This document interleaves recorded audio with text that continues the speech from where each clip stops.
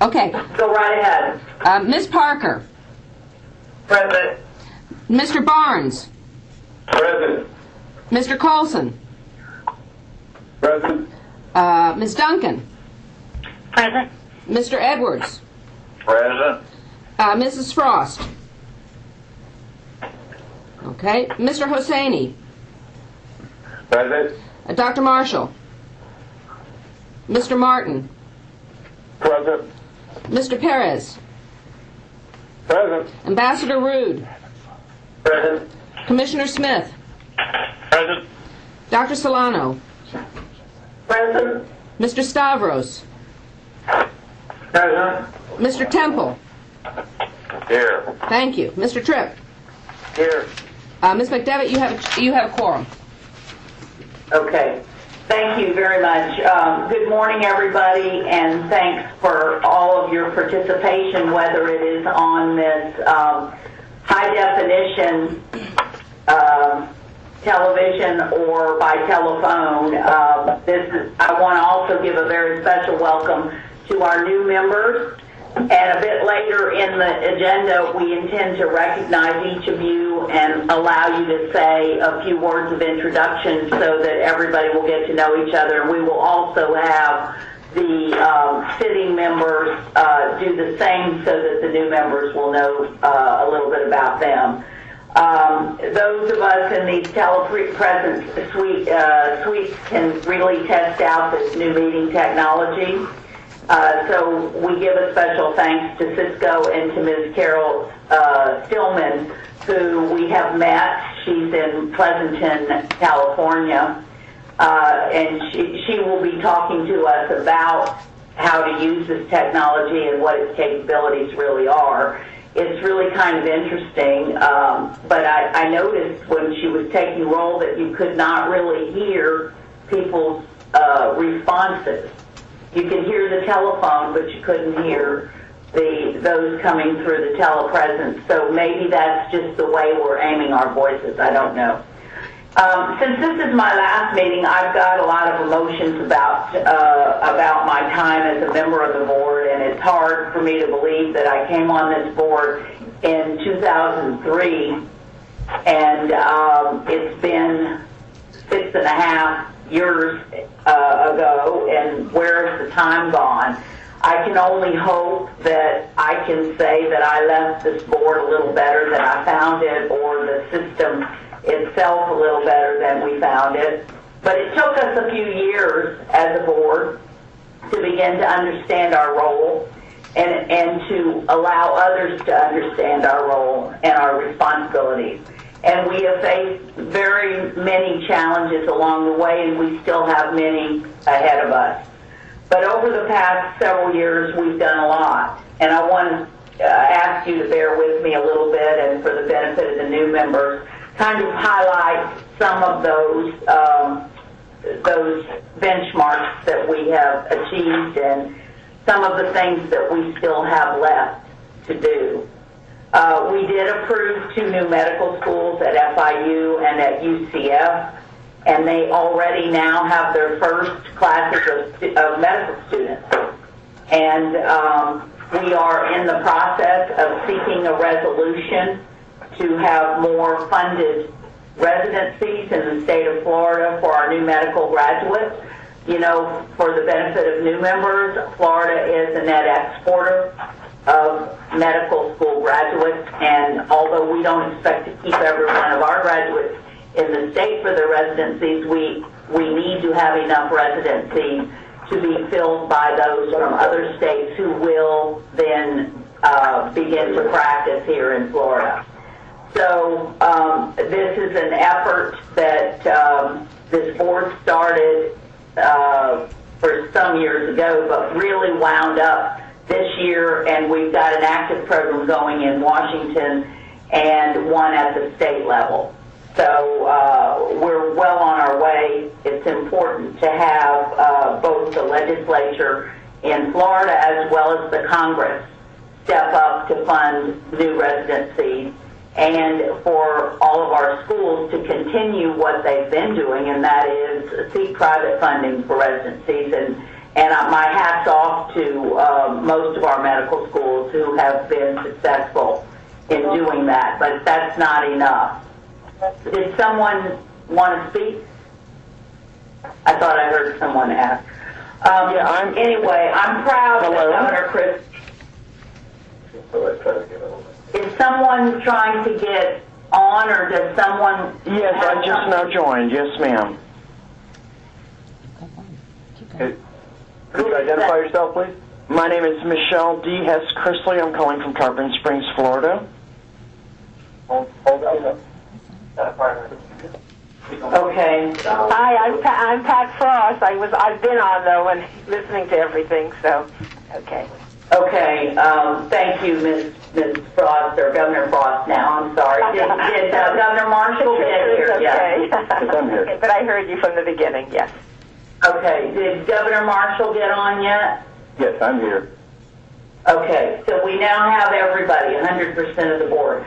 Let me just continue. I'm very proud that Governor Christ endorsed and supported in the legislature last year the legislation giving the board the authority for differential tuition.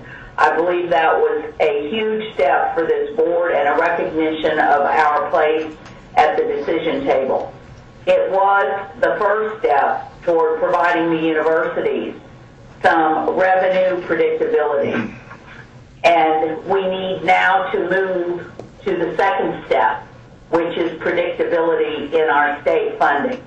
Governor Christ again announced just 3 weeks ago the New Florida Initiative, which is something that we have worked on with the governor's office and with the Council of 100 and the state chamber, that will, in his budget, add an additional $100 million to over and above our base funding, the purpose of which is that over a short period of time, 5 to 7 to 8 years, if we continue this, we will double our state funding and we will be in a position to begin to make a big difference in the transformation of our economy to innovation and an innovation and knowledge-based economy, and to be able to utilize those funds to target research and that will spin off businesses and create jobs, and we will also be able to produce the graduates that are necessary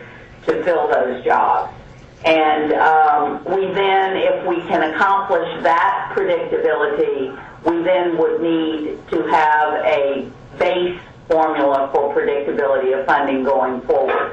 So those are big challenges, particularly in our fiscal situation today. But we've got to keep fighting because it's so important to our university system to be able to plan, to be able to focus in the areas that are necessary to make our state economy grow, and to be able to provide the kind of workforce that's necessary, because that's what brings to our state the kinds of businesses that we want to have here. Over the years, we've made enormous strides in developing our relationships and our partnerships with university boards of trustees. This is so important for the success of the entire state university system. For many of you who may not realize, this board appoints 1/2 less 1 of all of the members of the 11 state university boards of trustees. It is an extremely important responsibility. This was the first year that there was material turnover on those boards, and due to the leadership of Governor Zachariah, who chaired our nominating and governance committee, he was able to build on a process that Governor Edwards had put in place that allowed us to appoint, after significant interviewing, 21 new trustees that are now in place and ready to work within our system. So the deliberative and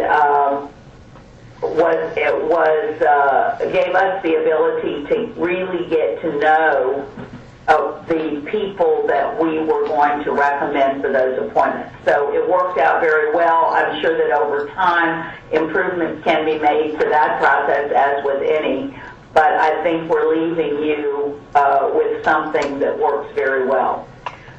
We have been led over these number of years by a number of chancellors who brought their varying talents to us.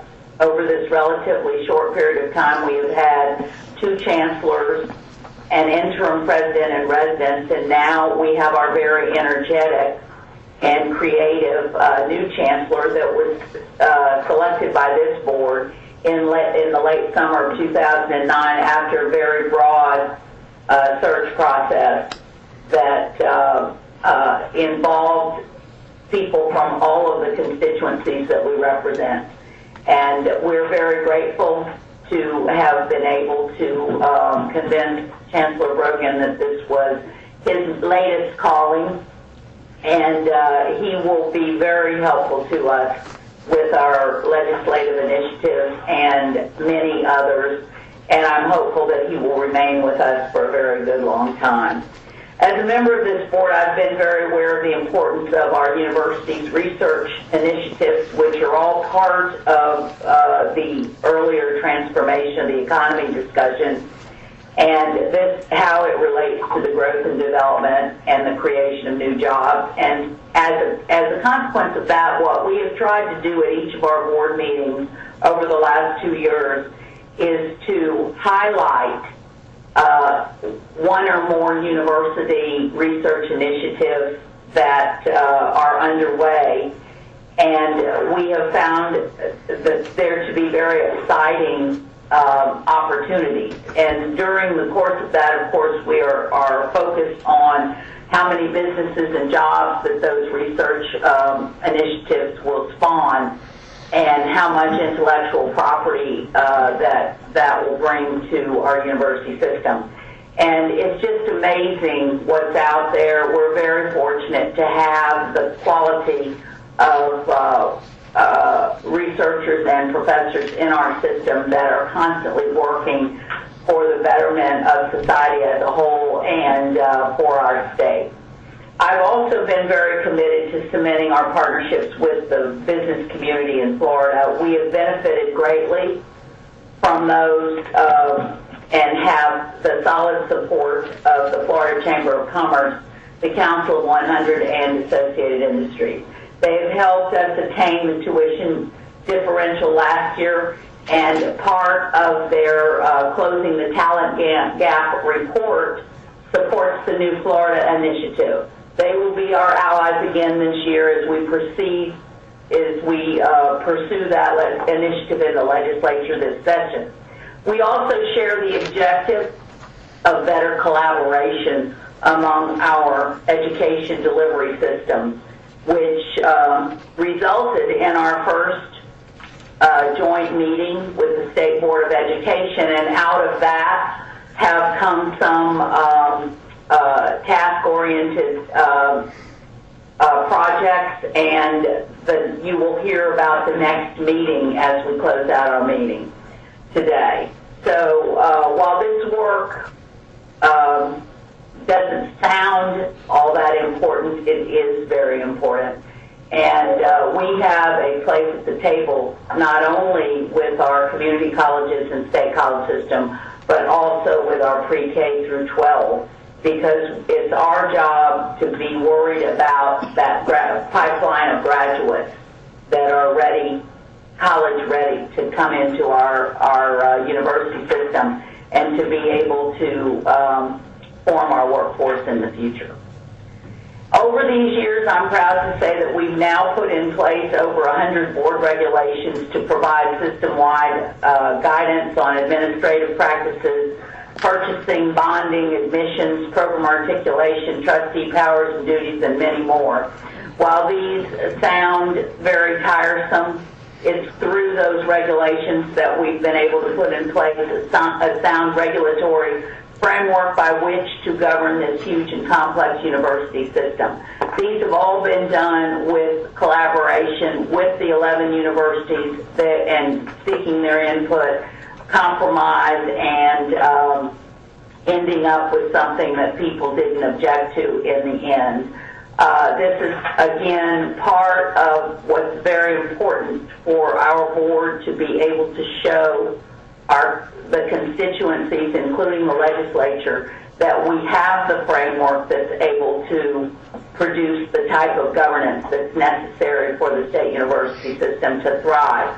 But I'm most proud of our new accountability system and the adoption of our first annual report this past January. This robust system is a key element of our ability to achieve the tuition predictability and the general revenue increases that we talked about, including New Florida. We now have a system in place which will allow for system-wide strategic planning, measurement of common metrics across universities, including efficiency, and the development of the university-specific missions. This mission alignment work will begin in earnest in June, and I will be most interested in following that myself because it was something I was very much looking forward to. It's taken a great deal of effort from individuals across the system working with board staff, but I think we have put in place an outstanding mechanism to demonstrate our accountability and the efficient and effective use of these resources. I'm very proud that our staff worked so hard, as did the university staff, to make this a reality at the time that we needed it the most.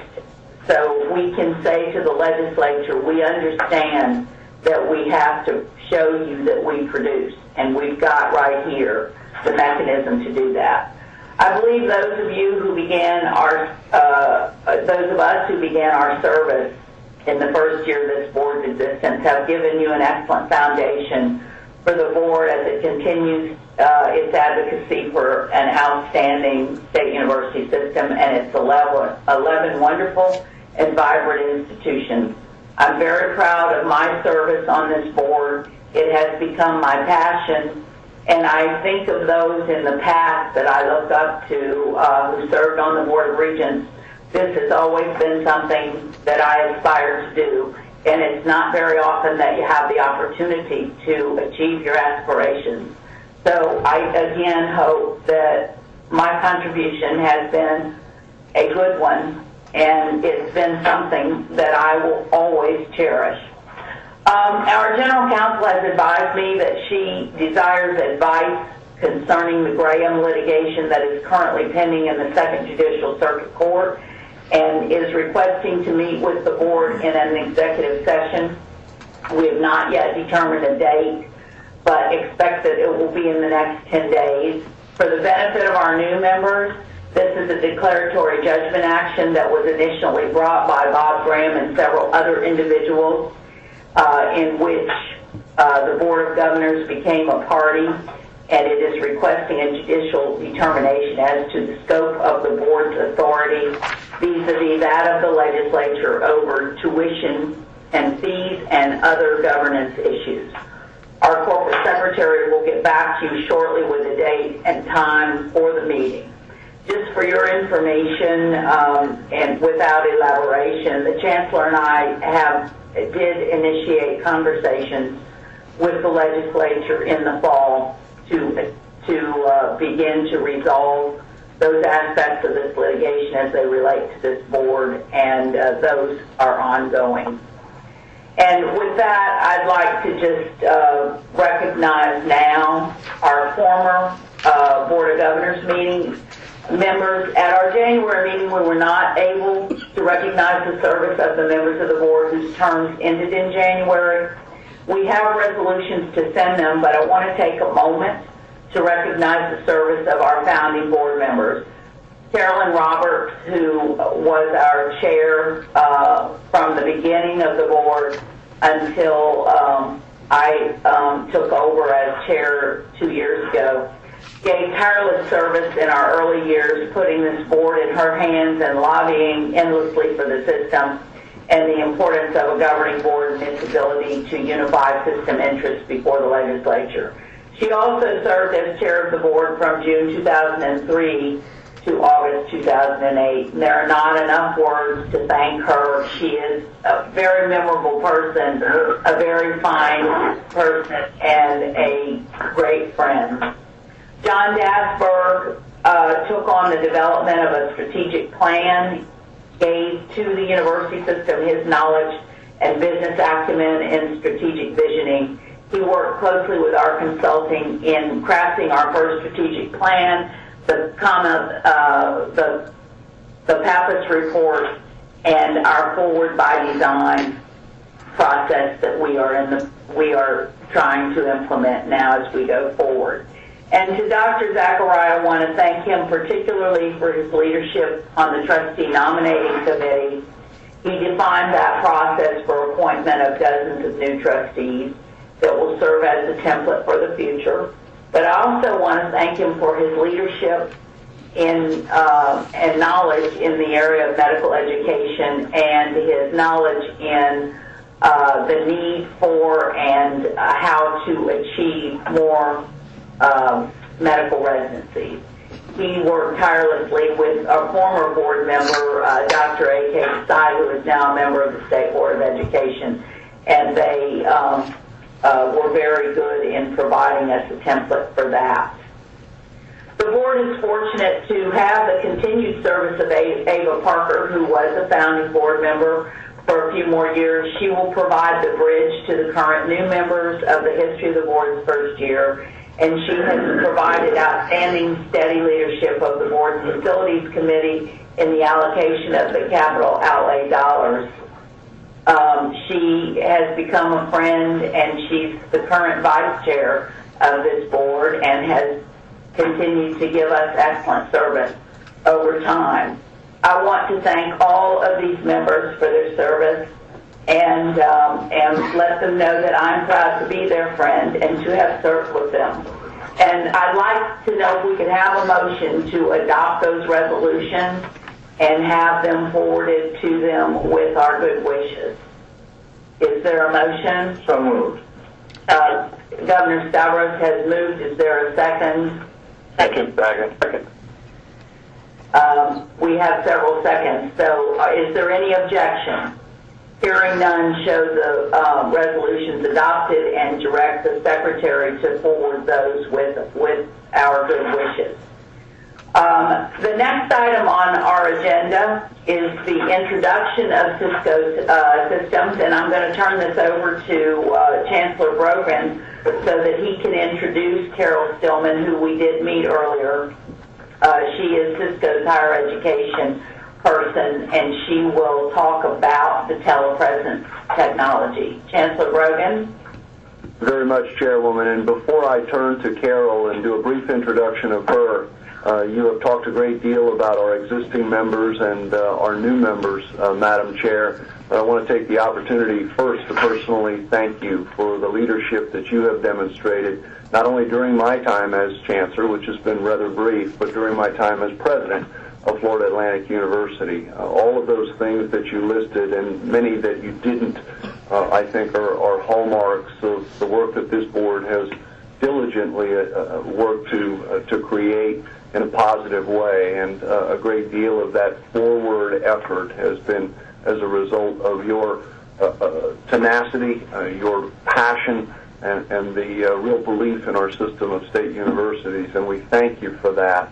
And there seated in the suite with you today is obviously Governor Stavros, and since he, we knew, was going to be located with you there, along with Governor Beard, we've asked Governor Stavros if he would kindly make a presentation to you on all of our behalf. So, Governor Stavros, I will turn it over to you, sir.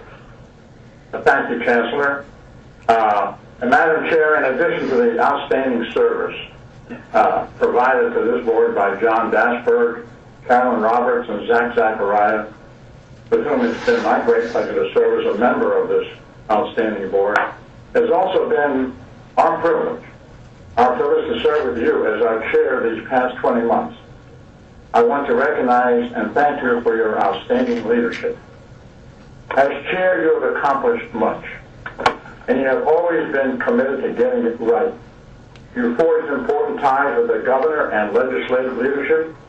You were able to convince the governor and the members of the House and Senate to approve the tuition differential, which will provide the universities with some predictability in their funding. This will have a huge impact as we move forward.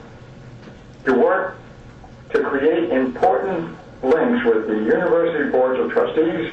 You visited each campus when you became chair, and you learned the distinctive characteristics of each. Your understanding of the business community in Florida that has brought important connections to the Florida Chamber of Commerce and the Council of 100. You began the discussions that served as the foundation for the new Florida Initiative. Your dedication to the need for additional residencies in Florida and your continuing discussions with our congressional delegation brought a new awareness to that issue that went beyond the Florida delegation. You have truly been a great leader of our board. For all this, we thank you, and with a small gift as a token of the board's appreciation for your service as chair, as I present it right here, it says as follows. There's I might say that your leadership and your dedication for countless hours in Tallahassee and countless hours throughout the state at all the universities have helped make our university system better than it has ever been. The engraving on that beautiful vase says as follows. In appreciation from the entire board of governors, Chancellor Brogan, and the staff, and this is what this engraving says. In appreciation of Sheila M. McDevitt for your dedicated service as chair of the Board of Governors, State University System of Florida, 2008 and 2010. Chair Sheila, it has really been a privilege working with you. I don't think any of us will ever forget you.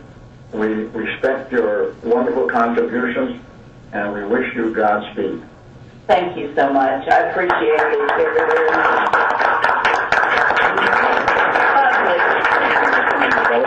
You must know I like all of it. Very, very beautiful. Thank you so much. I appreciate your standing. I can see your belt. Thank you very much, and I'm going to keep on watching you, so I might call you all from time to time just to find out what's going on, but I've truly enjoyed this experience, and I've learned so much, and I hope I have an opportunity to continue to contribute in this field going forward. So thank you. But going back to Frank, let's have this go. Thank you, Madam Chair. And we were just, the three of us, trying to decide how to handle the protocol of a standing ovation in this format. Please don't take it the wrong way. It was meant to be a show of respect. Put it on your heads, I guess. Hey, Randy. Technology can do many things, but a belt is still a belt, I suppose. I wanted to take a few moments here to acknowledge not only the technology that we're utilizing today, but also the people who have provided this opportunity for us. You know, as we, in the world of corporate America, are more constrained than ever before by costs and by available revenue, looking for new and innovative ways to carry out our business in an efficient and effective manner is a very important part of what we, I think, as leaders in corporate America need to be about. In this particular case, when we have a system, one of the largest in the country, of over 300,000 students and 11 great universities, trying to find time not only in an efficient way but an effective manner for our own Board of Governors to meet, but then even beyond that, I think of important faculty gatherings, I think of meetings of administration, I think of local boards of trustees and their ability to interface. You have broader imaginations than I, so you can consider the possibilities that the new technology can provide, which not only makes it easier, but in these days and times, even costlier or less costly, mindful of the incredible cost of air travel, hotel accommodations, and all of those things that we need to put together as a part of our daily efforts to communicate with one another. So by virtue of that fact, we have been utilizing as a board over a period of years teleconferencing, which has become an important part of what we do, and we have people joining us today through the power of telephone technology. But we've also been trying to identify, via the new technology, other opportunities. In working with Cisco, an internationally recognized corporation of great renown, we have put together, obviously, for you today, one great example of some of the best available technology that has taken us over a period of many years, and some of us are old enough to remember, from the herky-jerky, lips not moving in sync with voices coming out, bad sound world of video conferencing into a world, as those of us fortunate enough to be participating today through the telepresence capability, has come, I guess it's safe to say, Governor Perez, a long way in the past years. Again, those who are not on this particular setup, we have through suite availability, several sites throughout the state of Florida had made available to us through Cisco and their generosity, from Jacksonville to Miami to Orlando, this unique opportunity. And for those not participating this way, I can only tell you that it is a remarkable technology. You literally believe that you are seated around the table with those participating in this call. It is the clarity is there, the proximity is there, the voice quality is there. It is most remarkable. And so, by virtue of that fact, we not only wanted to introduce Cisco to you today through their representative, Carol Stillman, but we also wanted to allow Carol the opportunity to talk a little bit more in depth about this technology. The idea here is that this will give us, by the end of the program today, just an insight into the technological capability that exists, and perhaps how over time not only might we be able to make such technology available to our universities for purposes of meetings like this, but technology that could be made available to our universities for a much broader array of technological communications, not only for the universities, but as we're doing today, for people who live in those communities who could avail themselves of that same technology as well. So our hope here is not only to have this meeting go a little differently than the usual teleconference, but also demonstrate some of the capability that this technology can provide to us as a system for the future. With that, I would like to now introduce Carol Stillman. She is a Senior Business Development Manager in the U.S. Public Sector segment for Cisco. In her current role, she works primarily with college and university leadership teams on innovation and excellence in using Internet technologies to achieve institutional goals. Carol is responsible for developing and fostering the health of strategic relationships across the higher education market segment and the unique interdependencies with government entities. And again, on a personal note, not only to Carol, but through Carol, I want to thank all of the people with our offices. I know that some of our good people in Tallahassee have worked very hard to try to put this together and work with Cisco to do so, but also want to thank specifically, in this case, Ramon Padilla from our office, who has really helped to interface with Cisco to make this available to us. And more than most, Ramon understands what the new technologies such as these might be able to provide to us in the future. But I also want to thank again Carol, and through Carol, all the great people with Cisco who have provided us this sampling today. And with that, Carol, we'll ask you if you would please make comment to our Board of Governors members.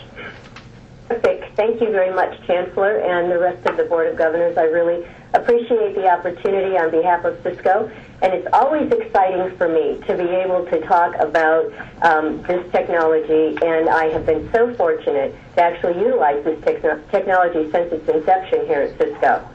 So what I'd like to do is to chat with you a little bit about how this fits within the 21st century learning environment. I'd like to chat a little bit about what's driving this momentum, the educational ecosystem that's benefiting from this, a little bit about the National Research and Education Cisco Telepresence Exchange that's already available to you in Florida, of which you are already connected to reach outside of the state of Florida. And then I'm going to share a little snippet of information that is actually ahead of the official launch, if you would, around health presence.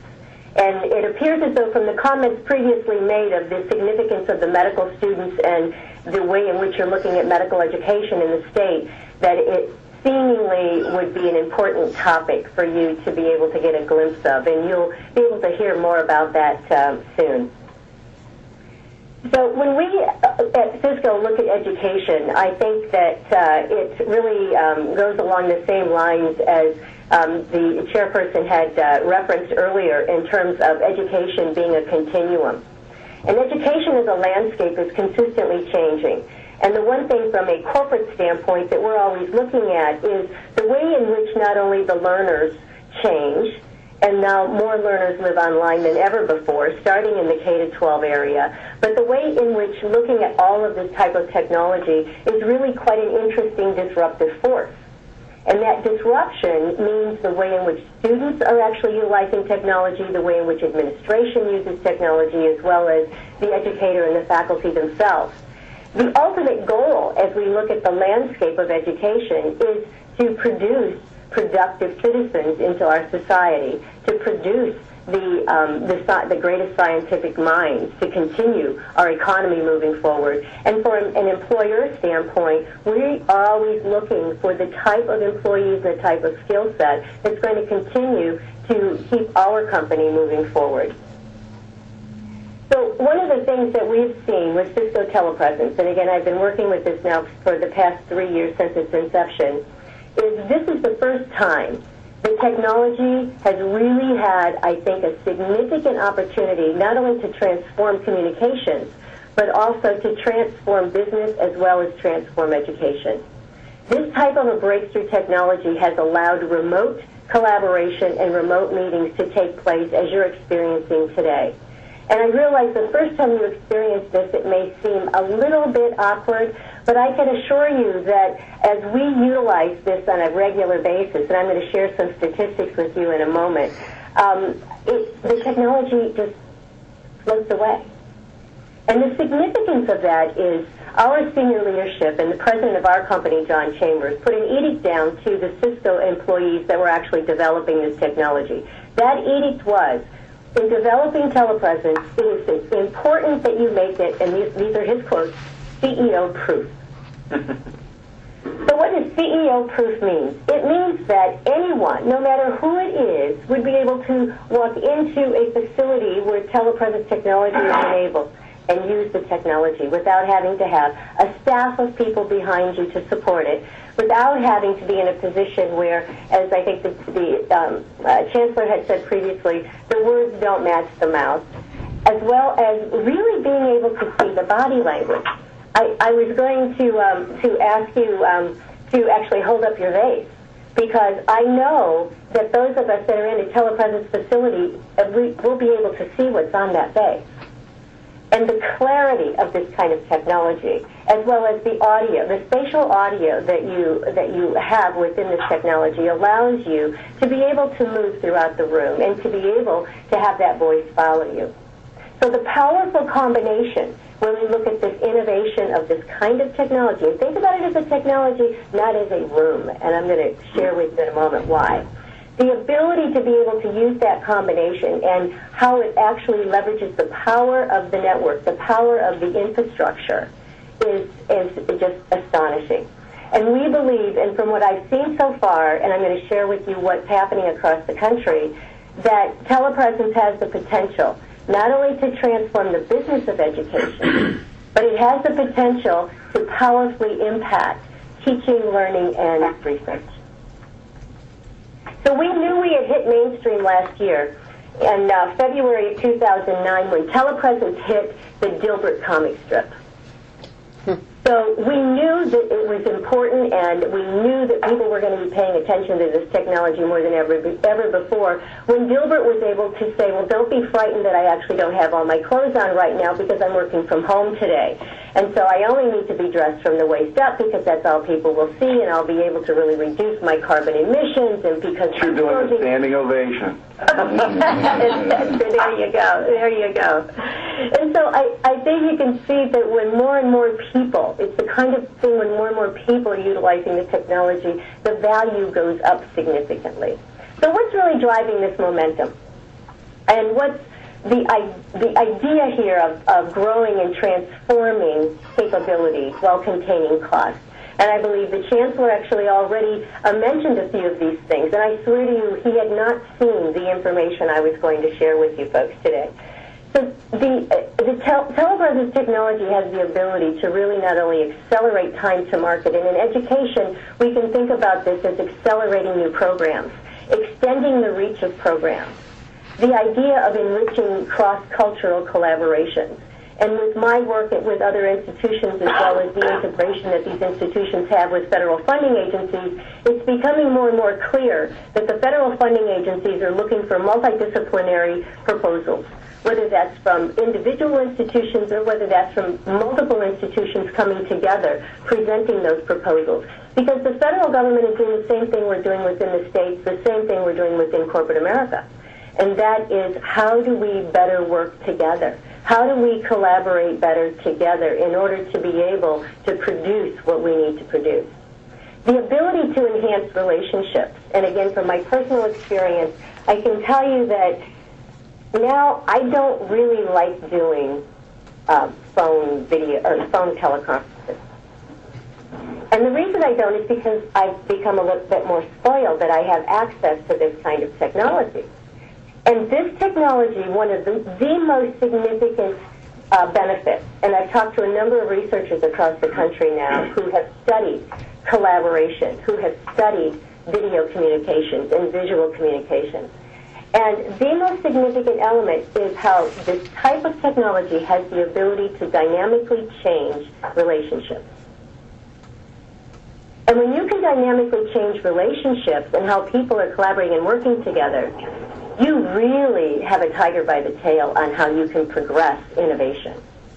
And if you as a state are looking at how to increase the knowledge and innovation as a pillar of your economic development within the state, I believe this type of technology is the kind of technology that will help accelerate that goal. Additionally, looking at the ways to scale scarce expertise across distance, so access to expertise. As you all heard the Chancellor say, and as I said in the very beginning when a few of you were on, I am physically located in California. I'm about 30 miles east of San Francisco. So yes, it was very early for me to get up this morning and actually be in the office to join you. So if I actually had a telepresence unit in my house, I would have actually done this from my home office, but I'm not there quite yet.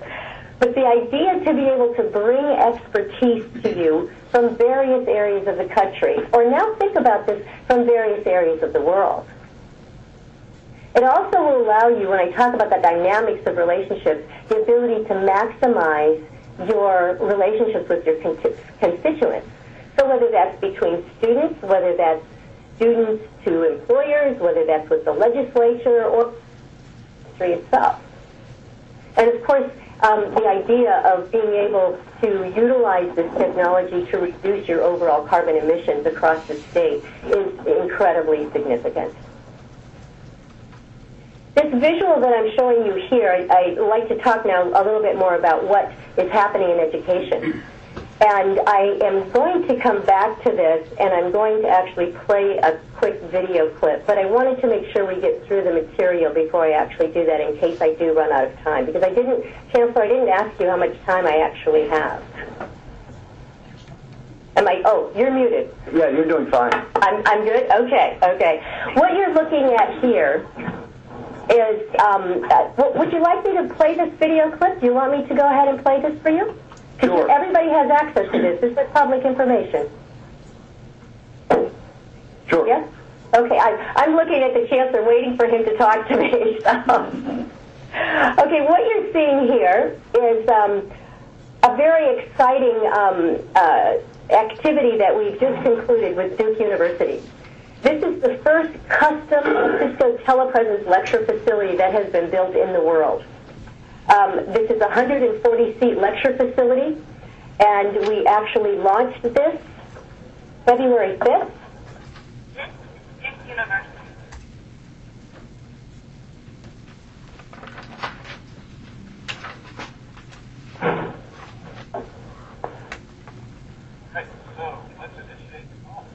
And it's not working on my screen. Oh, look at those hats.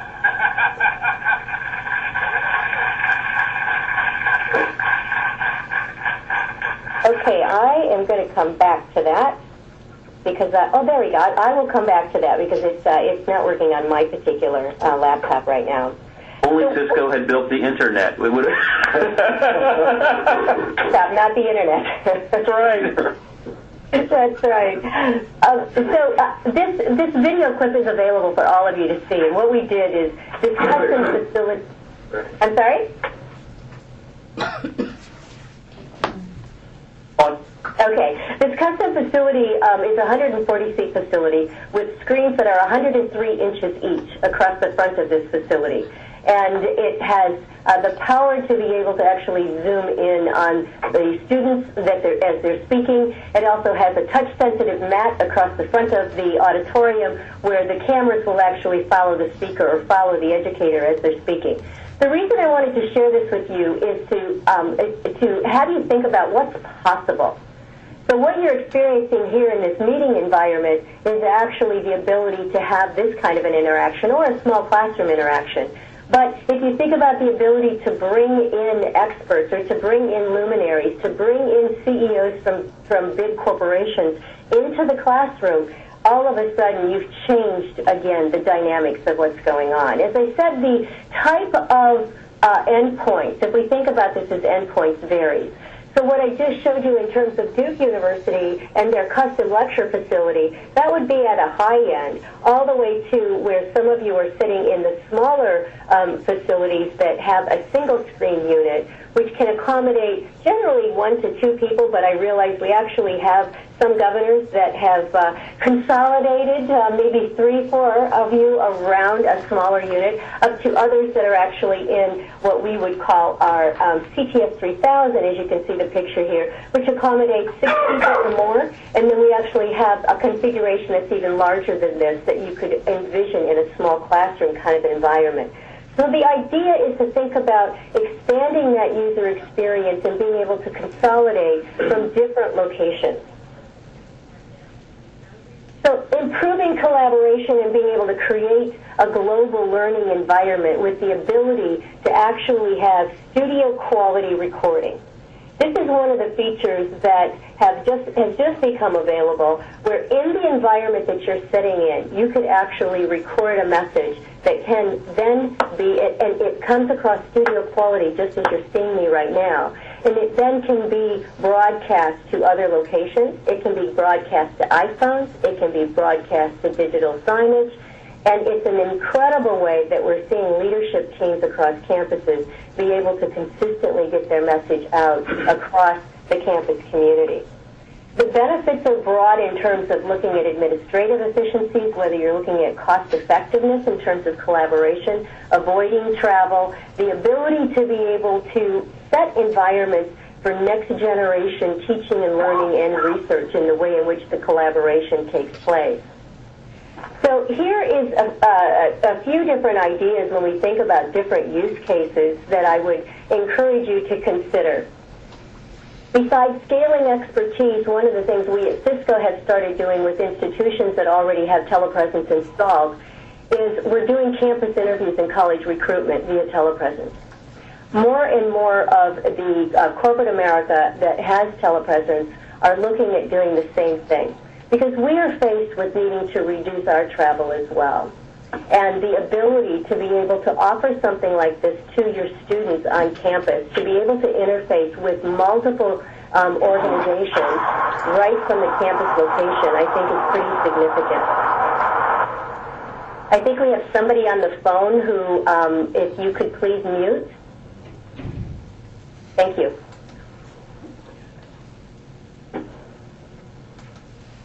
Another area that we have utilized telepresence in, which has also been a good cost-effective measure for Cisco, is utilizing telepresence for what we call a virtual lobby ambassador.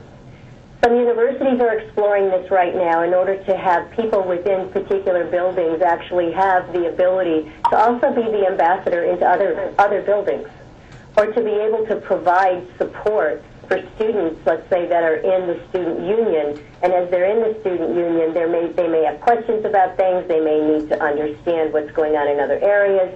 If you have a central type of a location where somebody is almost manning something that looks like a help desk within a central area, but it's as face-to-face as you and I are here right now. Also, I believe that, if I could go back 1 second, that the idea of distance learning is going to take on a new dimension with telepresence. And I think it's going to take on a new dimension because instead of what we've historically thought of as distance learning has generally been online, with perhaps some desktop video incorporated in the collaboration tool, I believe we're going to see telepresence redefine that to virtual learning.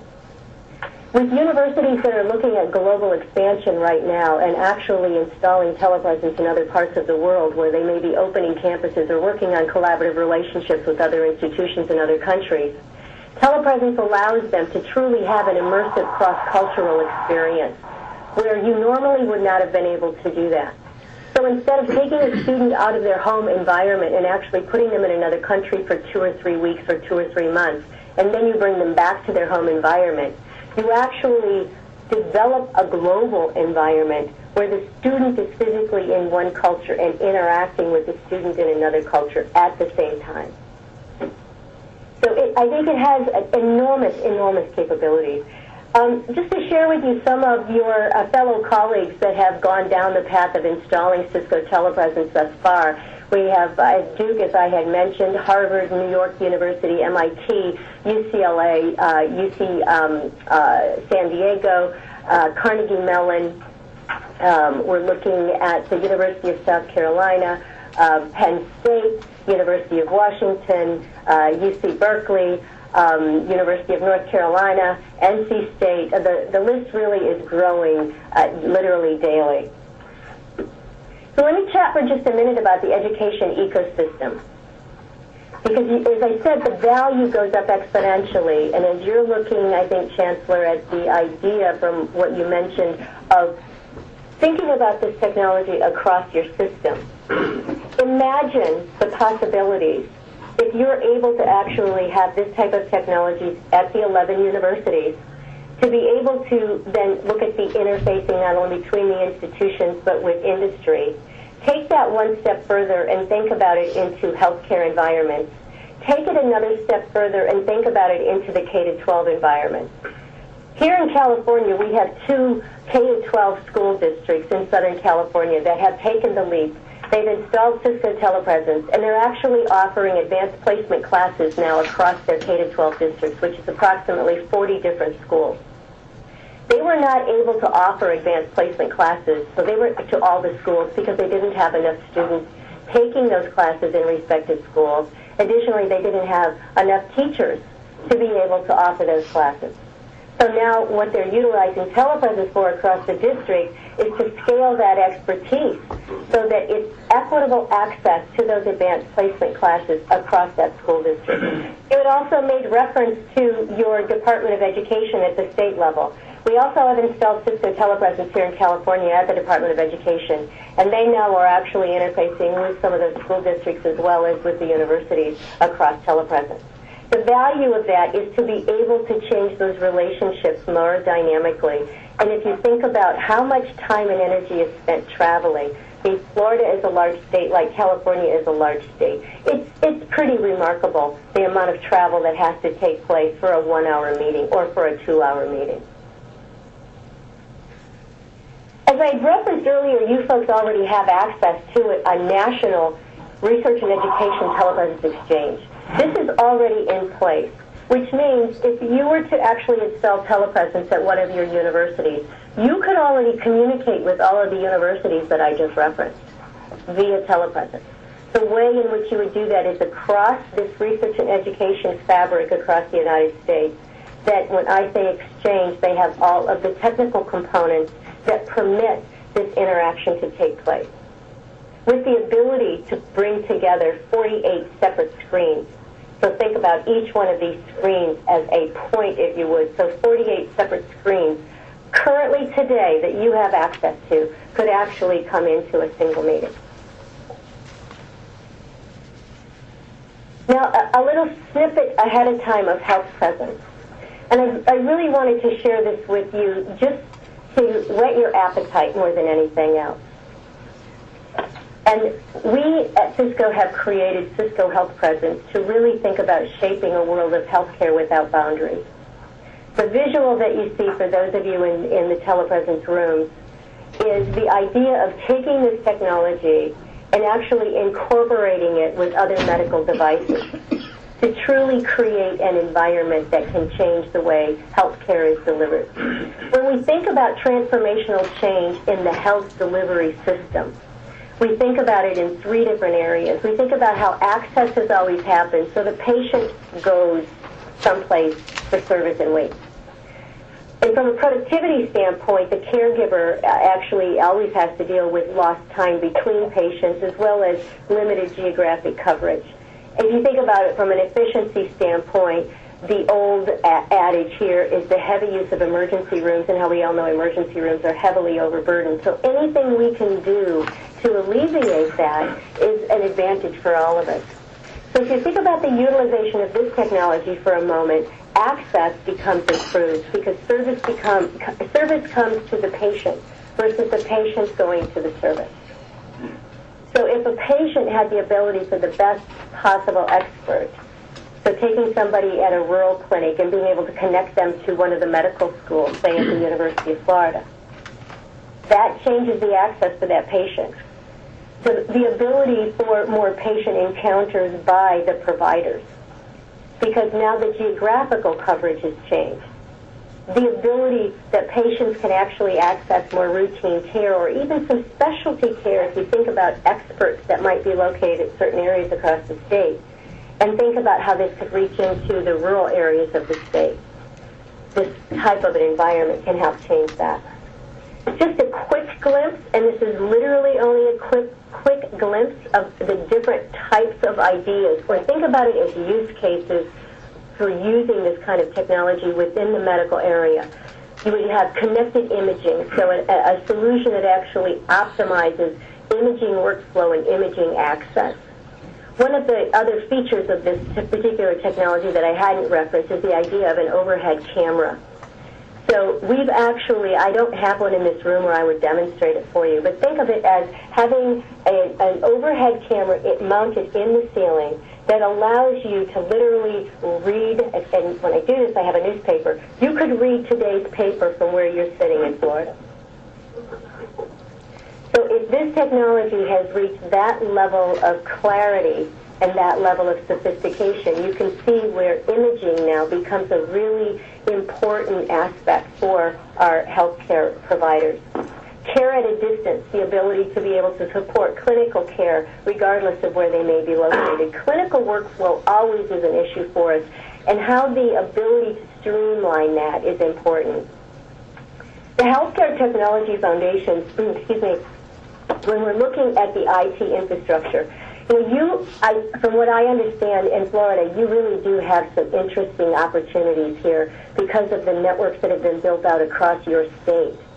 Leveraging that investment is really remarkable, and I really applaud you for looking at how to become more innovative and create more of a knowledge environment, because you have made good investments.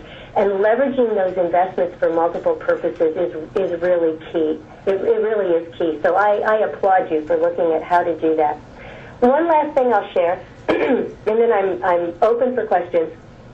Statistically speaking, you had mentioned the importance that the Board of Governors has gone through now of measurement and metrics on what you're actually implementing. And I can assure you here at Cisco, excuse me, I can assure you here at Cisco, we don't do anything unless we can measure it. It's absolutely true. If we can't measure it, we don't do it. Because we need to make sure as a corporation that we're really putting our energy and our resources into areas that are going to have the most value for our customers and for our corporation. So at Cisco, this is as of the beginning of February, so this is 172 weeks since its launch. That's the granularity of tracking and our measurement that we do. We now have 703 Cisco telepresence rooms in production across the world. 703. They are all managed from Cisco headquarters here in San Jose. We are in 209 cities in 49 countries with these telepresence facilities. Our average utilization in an 8-hour day is approximately 58%, and in a 10-hour day, it's approximately 46%. We also have all of the traditional video conferencing that all of you have become accustomed to, which is the room-based video conferencing kind of setup, where you have the clicker or you have some kind of a little device. And I don't know about you, but I never was able to understand how to make it all work, so I would never use it. Plus, you're only this big, right? You're like 2 by 2, and things are kind of fuzzy, and people aren't clear, and you can't really tell that body language that's going on in that traditional setting. We never, at Cisco, reached more than 2% utilization of those traditional rooms across the world. 2%. So needless to say, many of those rooms are being converted as time goes on with telepresence technology. A few other remarkable statistics here is we've held over 500,000 telepresence meetings. In the past 30 days, this was from February 7th, so think about this in January, we held over 29,000 telepresence meetings. In the first 7 days of February, we held over 6,000 telepresence meetings in the week. So you can see the impact on productivity that this has within our organization. It's simply astonishing. And this is a great example this morning for me to be able to join you all as an entire group from California. If I were to have come to you from California, it would have taken me 1 full day to get there, 1 full day to get back, for approximately, say, maybe 30 minutes to an hour visit with you. That's pretty substantial, let alone the carbon emission that I would have actually generated from my car to the airport and the airport, to Florida and back. So the financial portion of this is always interesting to people, and we do track this very explicitly. Because of the number of meetings, and I will share with you our process, we actually have to fill out what we call an entitlement form, for lack of a better term. Entitlement form actually allows us to record the number of people in the meeting and to record where we would have been going and to record the kinds of things that allow us to calculate. And these are all broadly available tools that are utilized to calculate your carbon emissions. So we've estimated that our savings to date, just travel savings, of over $400 million, our productivity savings of over $150 million. So you can see that we now are over $500 million of what I'll call cost avoidance, but we'll refer to it as savings. $500 million. That's substantial. When we think about the metric tons of emissions that have been saved, it's over 224,000 metric tons, which that translates into approximately 51,000 automobiles being taken off of the road. The reason that statistic is important to us is we are actually a large participant with the Clinton Foundation and what President Clinton has been doing across the world to really bring more attention to global warming. And so we actually are measuring everything that we can to show the kind of savings that we're actually demonstrating. We're now measuring how much paper we don't print. So those are some of the statistics. And of course, I'd be remiss if I didn't tell you from a true business perspective, we've also been able to track that our sales cycle has improved by almost 10% because of being able to utilize telepresence to meet with more customers and have more of our senior leadership be able to meet with customers and more of our technical expertise across the world meeting with customers on a regular basis. So when Cisco first came into being back in the early 80s, our mission was to change the way we live, work, play, and learn. And I am so proud to be at Cisco because I believe everything we do every day has an impact on every one of us on being able to actually do that, to change the way that we live, work, play, and learn. Thank you so very much. And again, to all of the affiliates with Cisco, thank you for helping to orchestrate this along with Ramon and our folks in Tallahassee.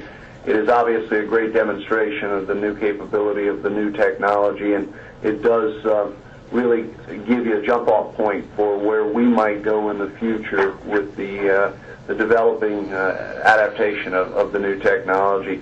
Real quick, any questions that any of the members of the Board of Governors might have? I've got a couple questions. Yeah, Governor Root? Yeah, I noticed in the location, it just showed Jacksonville, but we're participating from a variety of different Florida locations. So why was Jacksonville noted, but not the other locations? Are you talking about on the big map? On the big map, right.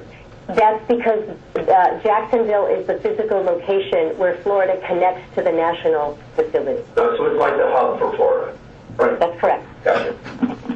I'm sure that makes you in Jacksonville continue to feel elite. Any other questions? I have a question, Chancellor. It's just to get a feel for, is the capital investment the material aspect of getting into this, or do you continue to have a lot of user fees? That is an interesting question because I can answer it in two ways. So let me answer it the first way, which is you being able to utilize the investment that you've made in the state of Florida. Because you already have the state infrastructure in place. You don't have the other networking costs that most people would have. So subsequently, your largest cost initially will be with the facility itself. Carol, is that Lambda Rail? That's the Florida Lambda Rail. That's correct. That's correct. So it becomes a decision for you all to make within the state on how you would want to actually utilize your own facilities and your own infrastructure. So let me give you an example of what your counterparts are doing in the Northeast. Your Northeast counterparts have developed between, and it's being led by MIT and Harvard, they've developed what they're calling the Northeast Telepresence Exchange. What that means is if you think about the Florida Lambda Rail connecting the institutions across the state, in the Northeast, they've got all those little states all squished together up there. So I don't even know geographically if it's as big as what Florida might be, but let's assume that it is for a moment. So they're all connected on an equitable type of infrastructure between those universities in the Northeast. They are actually utilizing have implemented a telepresence exchange where each of the universities, and they've come up with their own business model, each of the universities will pay X amount of money for a telepresence system, and they've got a scale on what size they would want depending upon their needs, and the service, meaning the management of that system, which is the way they've decided to do it. So their central group in Massachusetts, which is equivalent to the Florida Lambda Rail, is actually going to manage that for them across the Northeast area. So it depends on your own, how you would want to work with the Florida Lambda Rail to create the type of business model. The other thing that's happening is actually utilizing that space as a revenue stream to really rent it out to local organizations to be able to use that on that campus. So generally speaking, we have a number of public suites now across the world, and generally it's anywhere from $400 an hour to $800 an hour, depending upon the country in which it's in. Carol. You need So to have it all depends on how you want to structure that business model. You need to have these suites. I could not have sat in my office today at my computer with a microphone and a camera and participated. I would have to come to a suite. There are various levels of interoperability that have been developed. What I will tell you is that the degree of the quality of the experience goes down just from a technical standpoint. But if you can bear with me for a minute, I'm going to go back to a picture here at the very beginning where you can see the different types of people from different kinds of locations coming into a telepresence meeting. And it also is, the telepresence meeting now is also able to be broadcast to a smaller device. So if you see can you see the picture there that's on your screen? And you see the large screens, how they look different. It's because the people are coming in from a different kind of a location. But what's interesting, I've now been in, sitting in this meeting, you folks are coming in from some different size facilities, and you all look life-size to me. And I can see when you're furrowing your brow, and I can see everything, folks. So, yeah, I just saw those eyebrows. I can see everything. I can see that, too. But, when we think about communications, it really, 60% of communications are through our body language. Right? Yeah, I know really we still have. I know we still have an agenda to move through. But Carol, again, thank you so very much for your and of course Cisco's participation in this. It gives us a real glimpse into what some of the capabilities are, and we thank you for that. Thank you for having us. We truly appreciate it. And again, I applaud you for your direction. And Chancellor, I saw the article that was in the paper last month about realizing tough times are the time to invest. So I encourage you to feel free to talk to your colleagues at Duke University because they have that exact same attitude and that exact same philosophy, which is why they're making the kind of investments that they are right now. Thank you again. Madam Chair, I'll turn the agenda back over to you. Thank you, Chancellor Brogan and Carol. It's been a very interesting presentation, and I think offers a number of opportunities for our system in a lot of ways. I'm going to take a few minutes here to introduce all of the members of the board and allow each person to say a few words about themselves so that you can get to know each other, because as you know, the sunshine really puts a crimp on your ability to be able to communicate in many ways, and so this will be your first introduction to each other as board members. But just for your information, we have here new members participating in their first meeting: Dean Colson in Miami, Maury Hosseini in Orlando, Patricia Frost on the telephone, and Ambassador John Rood in Jacksonville. Dick Beard is here to my left in St. Petersburg, and he will take my seat beginning tomorrow, so we're going to allow him, of course, to be able to introduce himself. But I'm going to begin with our Vice Chair, Ava Parker, and then I will proceed in alphabetical order. So, Ava, why don't you go ahead and introduce yourself to the group. Good morning. I'm Ava Parker, and as stated by our Chair, I'm the Vice Chair of the Board of Governors and also serve as the Chair of the Facilities Committee. Professionally, I am a partner in Longship Parker, and I have a small business which provides back office support and community outreach, which is called Linking Solutions.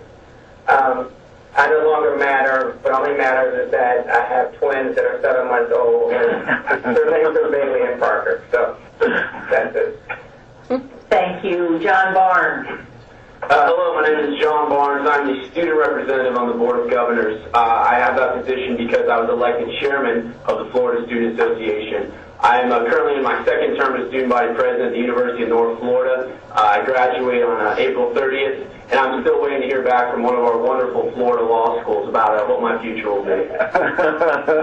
Okay, Dean Colson. I'm Dean Colson. I have a small law firm in Miami in Coral Gables. I spent the last 2 years as being the governor's special advisor on higher education. And my interest in higher education started in 1991 when I became a trustee at the University of Miami, and I spent 8 years as the chair of its executive committee or as chair of the board until a couple of years ago. And I'm excited about being on the Board of Governors. Thank you, Dean. Ann Duncan. Hi, I'm Ann Duncan. I'm the president and founder of Vertical Integration, a real estate consulting and brokerage firm that focuses working with public sector and private organizations with their office needs.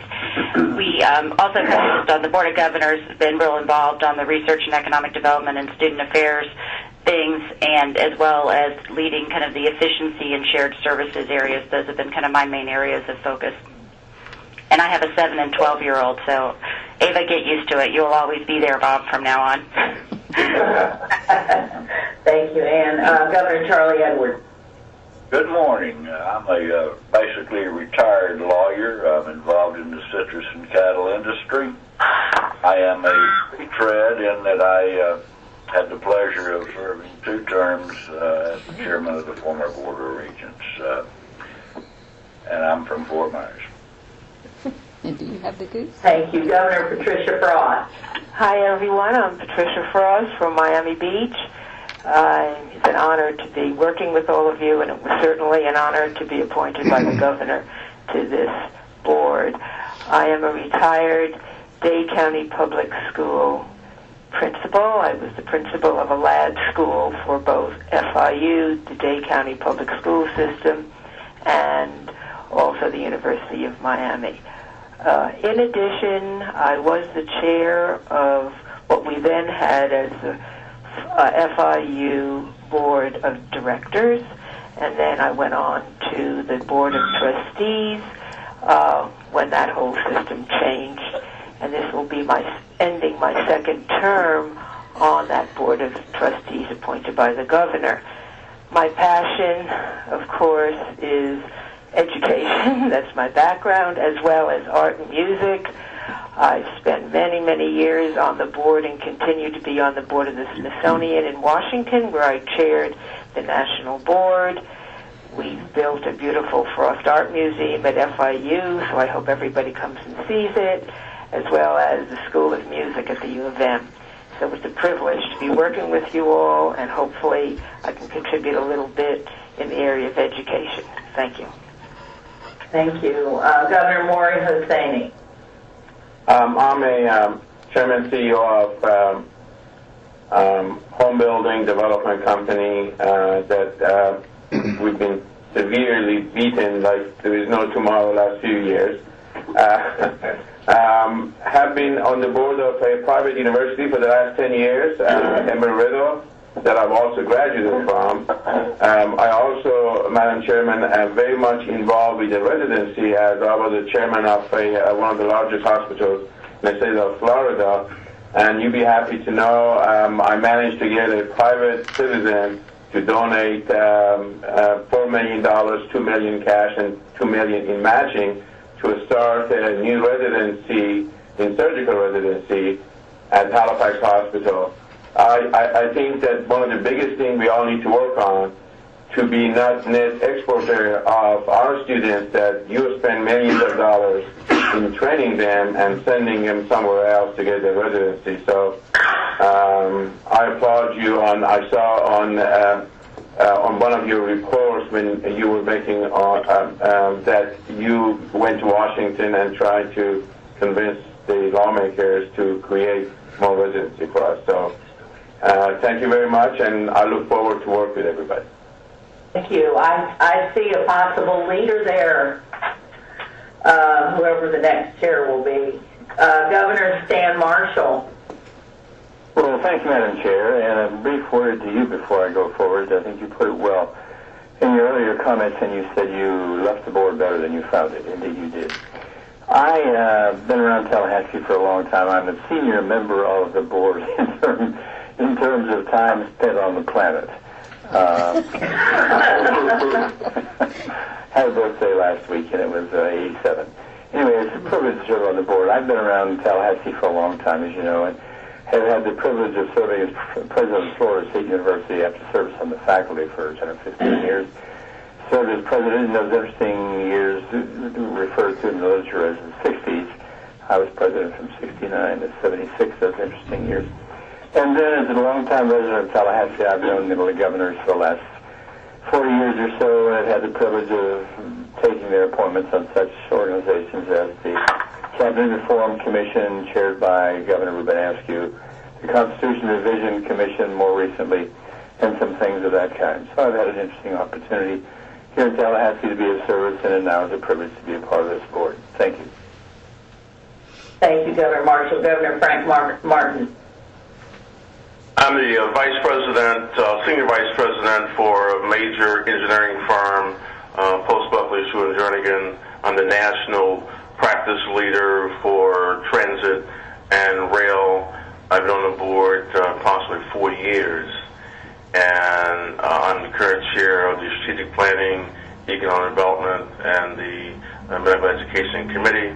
I'm currently in Dallas, Texas. I understand that they do not have a telepresence hookup here in Dallas, and it would have been great to join you. That's why I'm joining you over the phone. It's a pleasure to have served on the board for 4 years and look forward to working with the new members.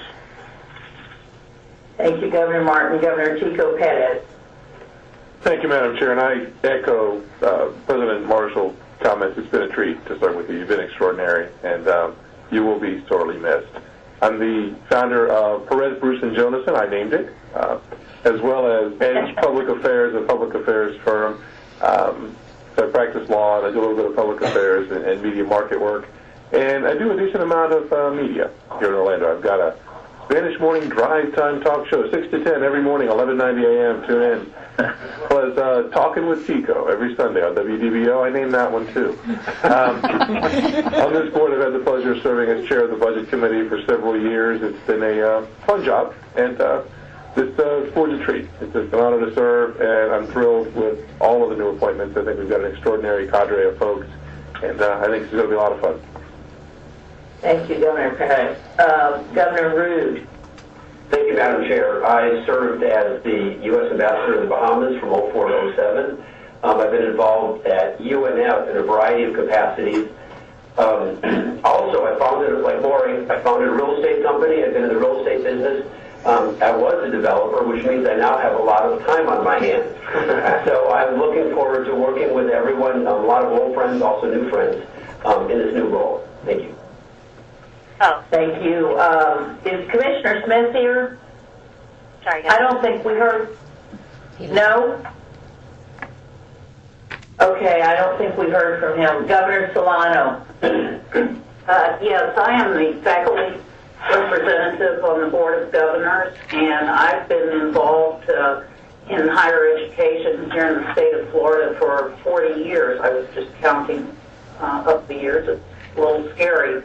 I started and did my graduate work till I was a student at Florida State. I worked for the old Board of Regents as a member of their staff, and I have been at the University of North Florida since 1970.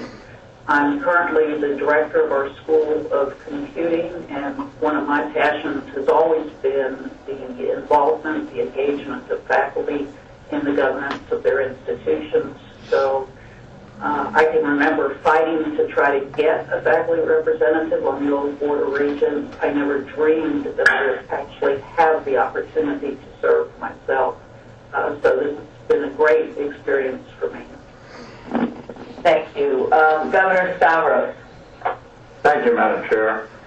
Basically, I started out as a businessman and had a company for 30 years that became one of the leaders in the world in the manufacture of computer forms and printing. I chair the International Association of 500 companies in 40 countries.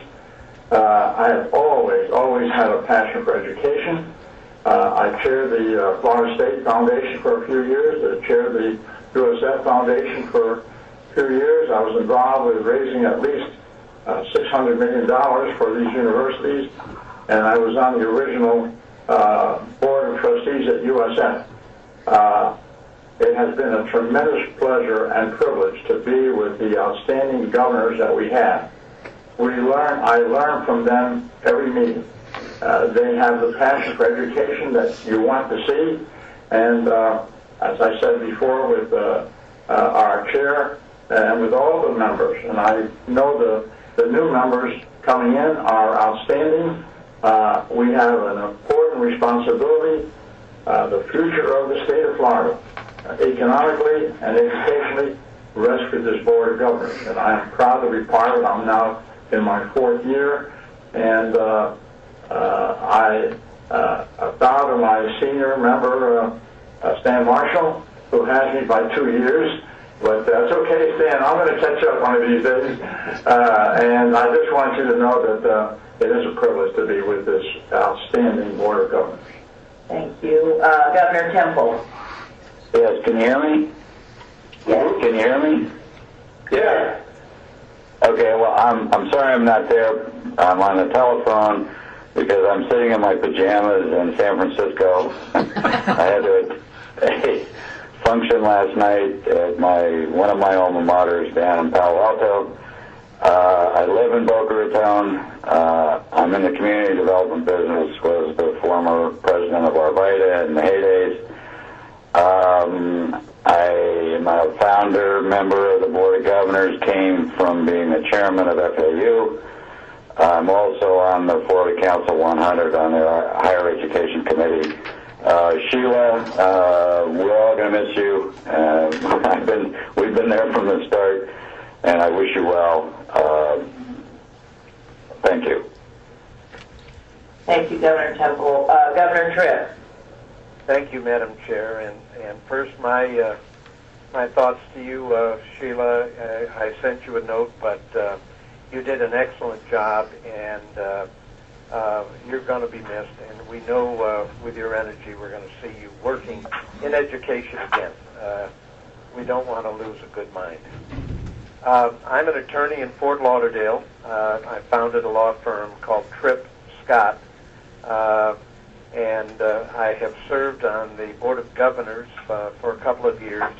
I'm presently chair of Audit and Compliance Committee.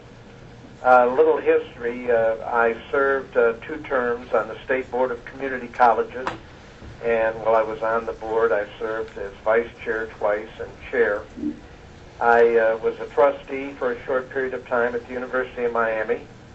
I was also on the initial board of trustees at FAU and served there for several years as vice chair and chair, and had the honor of serving with Frank Brogan, and now get to serve with him again. Thank you very much. Thank you, Governor Tripp. And last but certainly not least, Dick Beard, who will be taking my seat tomorrow. Thank you, Sheila. I'm Dick Beard. I made my living in Florida in the real estate development business and retired from that in the early 90s, and I'm now a real estate investor around Florida. I was appointed to the Board of Regents by Jeb Bush, and I served all of 6 months before he blew the whole Board of Regents up. So I got some experience there. And then I served as chairman of the USF board for 5 years, and I'm just really excited about finishing my board career on the Board of Governors, and look forward to it. Thank you. Thank you all very much, and that was interesting even for me to hear. We have a very talented and diverse board here, and I know that we can expect great things going forward. Chancellor, the next item on the agenda is for your update. Thank you, Madam Chair, and to all of the members. I, too, want to thank everyone who has completed their term for their leadership. I think the chairwoman said it best. You leave it better than you found it. And for all of those members completing their terms, that indeed is a fact. And they leave big shoes to fill. But as someone else mentioned, we have an outstanding group of individuals who will attempt to do that. People from all over the state, and as we just heard, all walks of life, who walk into some big challenges. This, as noted by the chairwoman, is a very important point, not only in the history of the Board of Governors, but in that of the state university system, as we all work together as institutions and leadership to try to take this system and develop an international prominence, not just for individual universities, but for the system of universities in the state of Florida. And we welcome all of the new members to the board, and they each bring a uniqueness that I think will contribute along with our existing outstanding members, to a bright future for the state university system. I want to give you several updates. One, we will actually be having an orientation for the new members of the Board of Governors. That will be held in Tallahassee in conjunction with our joint meeting with the State Board of Education, as well as our regularly scheduled Board of Governors meeting in Tallahassee in March. We did all of that to dovetail our efforts with the newly started legislative session, which of course will begin on March 2nd, and give us an opportunity not only to meet together with the State Board and of course as the Board of Governors, give us that orientation opportunity, and then give us the chance to meet with important members of the Florida legislature regarding the initiatives that we've been talking about here today and others that will be important to us. The joint meeting will be a good opportunity to update the members of the State Board, the members of the Board of Governors, on our efforts, which continue with the Commissioner of Education, Eric Smith, and certainly Chancellor Will Holcomb of the Florida college system, as we work to advance the cause of better articulation, organization, and strategic planning for all of the delivery systems, public and private, in the state of Florida. So we hope we'll have much more to bring to you during that meeting in March. The actual dates, and if you don't, you'll have a copy soon. Tuesday, March 16th, 11 to 2 will be the new member orientation. We're asking a lot of all of our members this time. Typically, we try to get together for 2 days. This particular case, because of the joint meeting, the 3 to 5 p.m. session will be that joint meeting on Tuesday. So both all-day Tuesday for new members, their orientation 11 to 2, the joint meeting 3 to 5. On Wednesday, 8:30 will begin our committee meetings for the Board of Governors, and then in the afternoon we will continue committee meetings and conclude with our regularly scheduled Board of Governors meeting. And then for those who are able to, we would ask anyone who can, and that's a lot to ask with a 3-day schedule, to remain for Thursday, and we would for them help to coordinate important meetings with the members of the House and the Senate. So if people are able to do that, and we're very sensitive to your schedules, we're asking a great deal. If you can let us know that you would extend your stay beyond Tuesday and Wednesday and remain on Thursday, we'll not only work to accommodate your travel and hotel accommodations, but also have a schedule of visitations for you for that Thursday if you're able to do that with us. And Mikey, as always, will help to accommodate your schedules. I wanted to touch briefly on the New Florida Initiative, and of course most or all of you were involved or even present when Governor Chris came to our meeting in Tampa last month, and as the chairwoman mentioned, endorsed by placing into his budget the $100 million as a down payment on the longer-term funding stream we would try to create with the New Florida concept. We continue our efforts in working with the governor's office now to advance that cause to the Florida legislature. We continue our meetings with the leadership of the legislature, and will do so throughout the course of session. These are continuing to be very difficult economic times, but as mentioned, it's our hope that people will understand and appreciate the derived benefit of investing into our state university system, because clearly there is a return on that investment available to us.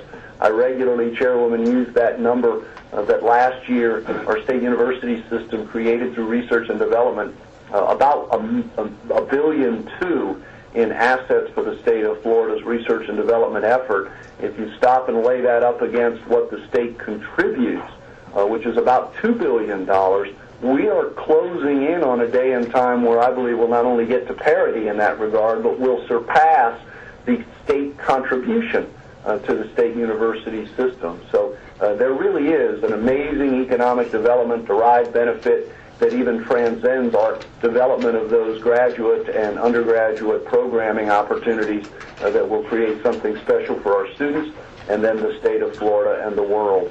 So we continue to advance this cause, and the chairwoman mentioned very importantly the accountability strand, which is, of course, an important selling point of New Florida, that we're not just asking for more money, working with our institutions to better define their own unique missions, their own unique contributions to to a systemic approach to the state universities' contributions to Florida overall, New Florida really has the ability to help us recast our entire economy in Florida, and it's exciting to be a part of that.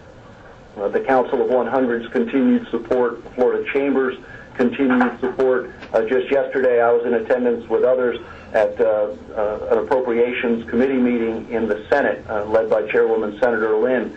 The Council of 100's Vice Chair, Marshall Kreiser, and of course had been the president of the University of Florida, so he understands it better than most, made an outstanding presentation, not only about the Council of 100's proposal that they had presented to the state of Florida on creating a stronger workforce and a talent pool, but also specifically talked about the intelligence of the New Florida approach, not only changing and transforming our state universities, but our entire economy. And he did an outstanding job on all of our behalf. We also are going to be looking for not only the new Board of Governors members, but as the Chairwoman mentioned, we are still awaiting the newly installed Board of Trustee members. I think some 21 Chairwoman or 22 new board members for our local universities that we have been told by the Governor's office will be forthcoming very soon, and will round out their membership as we continue to work closely with those BOTs in our strategic planning efforts to take us into the future. I also want to thank Governor Barnes. He and his fellow students are putting together the Rally and Tally. That'll take place on March the 4th. This is an opportunity from students from all of our state universities, along with faculty members, Governor Solano, and members of boards of trustees, boards of governors, members of the legislature, business community, to stand together in Tallahassee and extol the virtues to the legislative process of the state university efforts. And John, to you and the members of our student governments all over the state of Florida, we thank you. It's been an outstanding show of support as we try to get that message across to the members of the legislature who have many needs to fill and not a lot of money to do it with, but help them understand that, again, this is not an expenditure of dollars. This is an investment of dollars in higher education and what it can bring forth for the state of Florida in the future. Tuition differential fee, we, of course, talked about this a great deal at our last meeting, but we have begun the process of interfacing with our 11 universities, remembering that the change in the differential tuition also brought within that statute a requirement that the universities and their boards interface with the Board of Governors in terms of what they would propose to set by way of student tuition for the following year. So universities all over the state have begun that dialogue on a local level. They will then translate that dialogue to us at the Board of Governors level, staff, and then ultimately the Board of Governors members themselves, and what they would be proposing to set by way of tuition for our state universities and for our students. And those dialogues are taking place all over the state of Florida. This brings with it a great deal of transparency, I believe, which is important, and also a great deal of interaction, and that's what we're hoping for on the local level, and that will carry to the state level then, and then on to the Board of Governors process. We also have developed, and we've been working very hard on this, a planning calendar. Rather than shooting in the dark, and this is something that has carried over to current times, we want the Board of Governors and even want the institutions in the state to understand what important issues our Board of Governors will be taking up in the year ahead.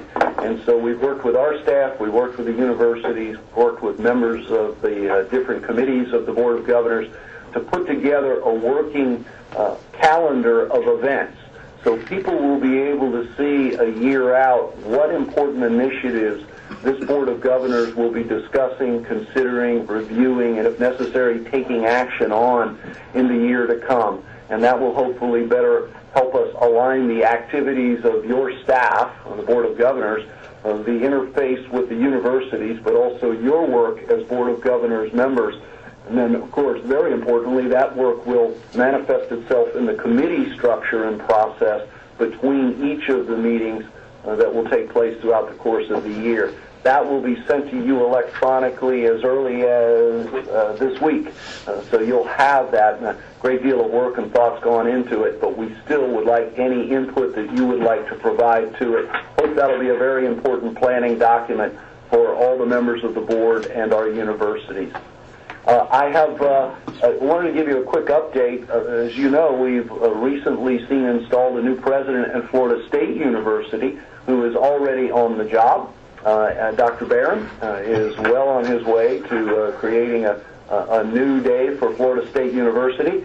But I also wanted to let you know that I have been in contact with Florida Atlantic University's chairwoman, Nancy Blosser, their BOT chair.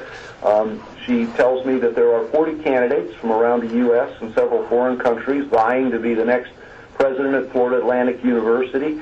Indeed, they have laid out a timeline that they would like to utilize to finish this process that begins with the Presidential Search Committee review group. They are going to take those 40 applications and narrow that field to a group of semifinalists for on-campus interviews by February 23rd.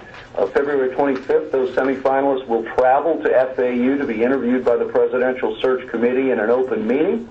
Finalists will then be selected, and March 1st and 2nd, those finalists will visit the FAU campuses and meet internal and external members of the university community through a series of open forums. And then March 3rd, the Board of Trustees will meet to interview the finalists with the expectation of naming one to the presidency of FAU via majority vote. I really do applaud them for developing a very open and transparent and inclusive process that they've been using there that have included students, alumni, faculty, staff, and members of the general public. And I can tell you, it was just in the newspaper today, so you'll receive it if you've not in your clips, that on paper, the group of people who have applied is very, very impressive. It includes a number of sitting presidents. It includes some outstanding administrators, faculty members. It's just a very, very impressive group of men and women, which says a great deal about the university, our system of universities, and people's desire to be a part of it. So we wish them well on their search and really do applaud them for the good work that they have been doing in that regard.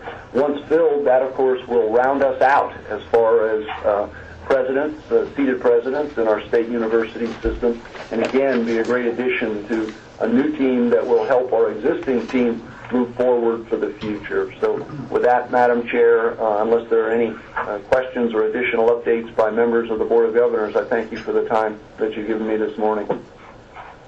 Thank you very much, Chancellor Brogan. Does anybody have any questions for Chancellor Brogan? Yes, ma'am, I do. Who's speaking, please? My name is Michelle Hess Chrisley, calling from Tarpon Springs, Florida.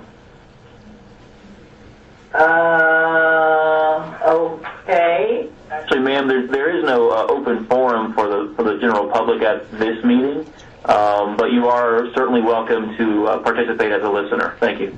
But, sir, I need to ask some questions. Ma'am, probably the appropriate forum to do that would be to contact my office in Tallahassee, and we will be glad to get you the information to do that. This is in reference to the Department of Education and a voc rehab program, which I'm quite sure you guys oversee. So, in actuality, ma'am, the Department of Education is overseen by Commissioner Eric Smith, and voc rehab actually falls under that part of the Department of Education. We only have oversight over the 11 state universities in Florida, the public system. So again, there has to be another governing agency that oversees them victimizing someone who has signed up for assistance with them. Yes, ma'am. It's the State Board of Education, which is chaired by T. Willard Thayer in Miami, but the Commissioner of Education is responsible for the programmatic aspect of that program that you're referring to. The Commissioner is a member of our board, but he is absent today. So I would suggest that you get your name to Mr. Goen after the meeting, and he can pass it on to Commissioner Smith. Is it possible for me to give Trip Scott my phone number? Read your phone number out and we'll certainly call you. Yes, sir. It is 727-485-8981. We'll call you today. Thank you so much, sir. Okay. And now, Thank you. Is there a contact number for Mr. Goldman? It's 850-245-0466. Okay, we're now going to move into the election of a new chair and vice chair. As a result of my departure, of course, we need to have an election for a new chair and vice chair, and I will then, after that is accomplished, I will recognize the new chair and vice chair to give some short remarks. Is there a motion regarding nominations for chair? Madam Chair? Chair, this is Norman. Yes. It's Chico Perez. Norman Tripp. Yes. I would like to have the honor and privilege of nominating Ava Parker for chairperson. I just want to say briefly that Ava is a caring, courteous, gracious woman who is also an extremely strong leader with an outstanding intellect. She's earned the respect of the university system and all of the board members who have served with her. And if elected, she would represent our board with great skill. Is there a second? Second. And Governor Perez, did you have something you wanted to add? Madam Chair, I can amend that motion. I was intending to move a slate, if that's appropriate, of Governor Parker as chair and Dean Colson as vice chair as a slate, in the interest of time. Is there, Governor Tripp, do you accept that amendment? Yes, that's fine. I'll second it. All right. There's been a second to the amended motion. Is there any discussion on the motion? All those in favor of the election of Ava Parker as chair of the Board of Governors and of Dean Colson as vice chair of the Board of Governors, say aye. Aye. Aye. All those opposed, like sign. So show the unanimous election of Ava Parker as chair and Dean Colson as vice chair, and congratulations to both of you. And having sat through a few of these, I am so grateful that there was no drama. And so at this point, may I turn this over to Ava Chair Parker for her remarks. Thank you very much. I think I'm happier than you are that there was no drama. I am certainly honored to have the opportunity to serve as the chair of the Board of Governors. It is one of my passions, and I certainly am delighted to have the opportunity to serve in this leadership capacity. I think that our board is very unique. I mean, it really allows our members to really impact the lives of students and families within our state. We have the opportunity to work with some of the largest economic engines in our state and really provide true economic development with the return on the dollars that our universities provide. And we really have an opportunity to shape the future. I believe that, yes, Florida is known for its tourism and great beaches, but it will continue to be known for having a world-class university system.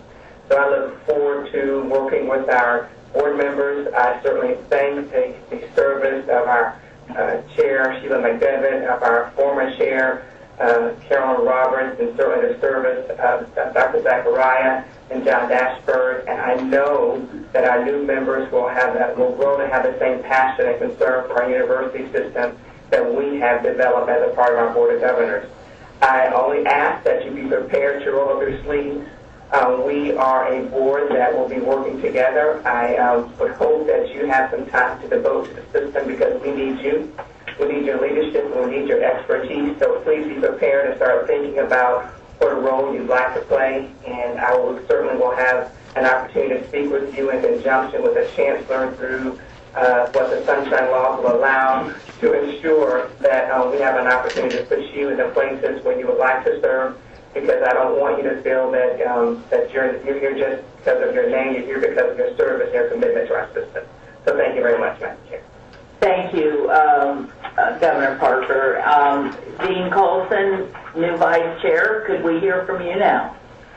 Thank you, Madam Chair. I couldn't be more excited. I feel like the last 2 years I've spent so much time with Carolyn Roberts and Sheila McDivitt that they're close personal friends, and I'm disappointed that I can't spend the next few years working with them as closely as I have in the past, but I'm so excited about working with all of you all and working with our new chair and providing her whatever support and assistance she needs is something that I'm really looking forward to. I'm passionate about the role of higher education in the state of Florida, and this is it's very exciting to me, so thank you. Well, thank you very much. I know that both of you will make wonderful leaders, and I look forward to very important things being done.